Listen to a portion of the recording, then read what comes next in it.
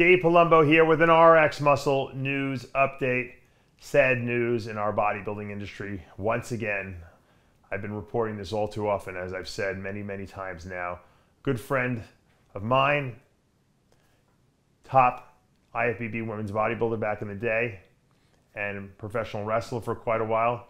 Melissa Coates has passed.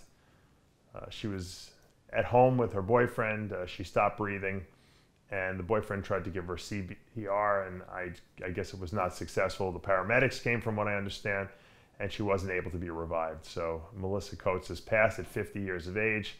Very, very sad day. I was supposed to actually interview her this coming week, believe it or not. My good friend of mine, my ex-fiance, Colette Nelson, had called me. She was friends with her as well. And she said, you know, Melissa really wanted to interview with you because Melissa had gone through some medical issues. She had lost her leg from the knee down due to a blood clot. And she was going to go on tour, maybe even with Flex Wheeler, I understood, doing some motivational talks to veterans and people who had lost their legs and limbs. And she wanted to come on and tell about her whole story, about what happened.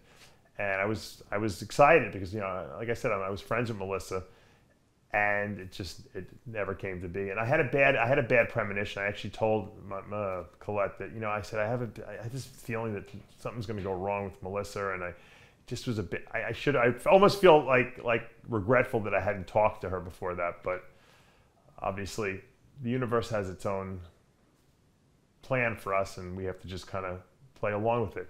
You know, I met Melissa back in 1995 for the first time. She was guest posing at a NPC show called the Muscle Beach in New Jersey. It was probably around 95, 96. And it was the first time I'd seen her on stage live, and she was magnificent. I mean, she was in amazing shape. She was tanned up. She looked like she was ready to get on the Olympia stage. And I said, man, that's women's bodybuilding. And the presentation, she was so, like, your eyes just went to her. She was like that kind of presence that was so big in the room that it drew you to her, and you couldn't take your eyes off of her. And that's, you know, that was Melissa. And she, even as a bodybuilder, as a professional wrestler, and she had a little stint. I know she did a special show at the WWE, and she was trying to get in there full time. And I guess for whatever reason, she just couldn't manage to do that. So she wrestled in a lot of independent leagues for many, many years. Obviously told she had her leg issue, but she loved to perform. She loved to entertain people. She loved to be that person that put a smile on your face, that made you, you know, say, hey, this is cool, you know, look at her, look what she can do. And you know, I'm telling you, back in the day, she had one heck of a physique. And if there was women's physique back in her day, she might have been the Olympia champ for sure, because that was the look that, you know, that certainly would have sold many, many seats. And she was in many magazines, a lot of photo shoots, a lot of, on Flex, Muscle Fitness, you know, Muscle Mag, all the time, because she was Canadian. So she was a fixture back in the 90s and early 2000s. And if you were around then and you read the magazines, you knew who Melissa Coates was.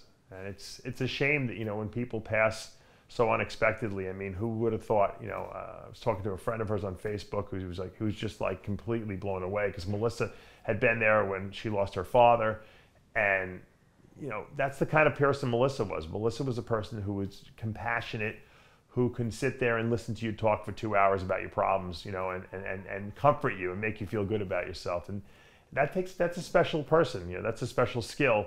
A lot of people don't care about what anyone else has to say. They only care about themselves. But Melissa was like that. She was the kind of person that really cared about people. So when you see someone like that pass so unexpectedly, it grips your heart, really. It rips it out. I'll leave you guys with this story, because 2 days ago in my garage, well, let me take you back a couple of years ago. My father passed about 4 years ago now. The next day, or that night actually, there was a pigeon in my garage. Now, for those of you who know Cape Coral, Florida, there's no pigeons here. We're not in the middle of Manhattan.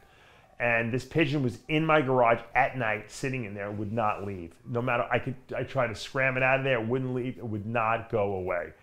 And I couldn't figure out what was going on. And then, you know, I realized, because my father was always like, you know, my father was very educated and everything like that. And I said, you know what?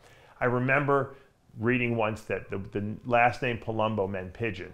And so I equated that pigeon with my father, you know, and I truly believe my father's spirit was there in that pigeon, you know, letting me know that he made it all right over to the other side. Well, 2 days ago in my garage, on top of my brand new BMW X7, which was kind of getting me a little pissed off because I didn't know why this thing was here. There was a huge peacock in there. I'll even show you the video to prove it. And I couldn't figure out what this thing would not leave. Like, I mean, I was going, usually these things, you go near them and they scatter in 3 seconds. This bird would not leave. My kids were feeding it bread, you know. It was just staying up there. It was like hanging out, like would not leave. I don't know why it was sitting on top of my car. And it was driving me crazy. I'm like, what the hell is this bird in here? Because I got peacocks in the neighborhood, but they never come, you know, they run, they're gone. They don't come into your garage and hang out.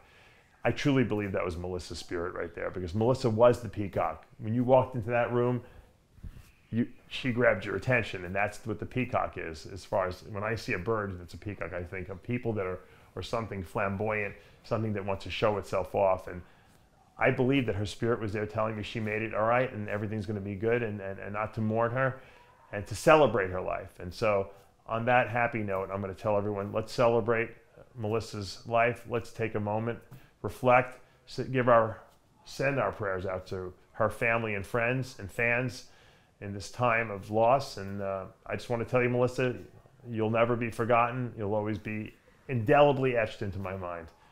I'm Dave Palumbo with an RX Muscle News Update.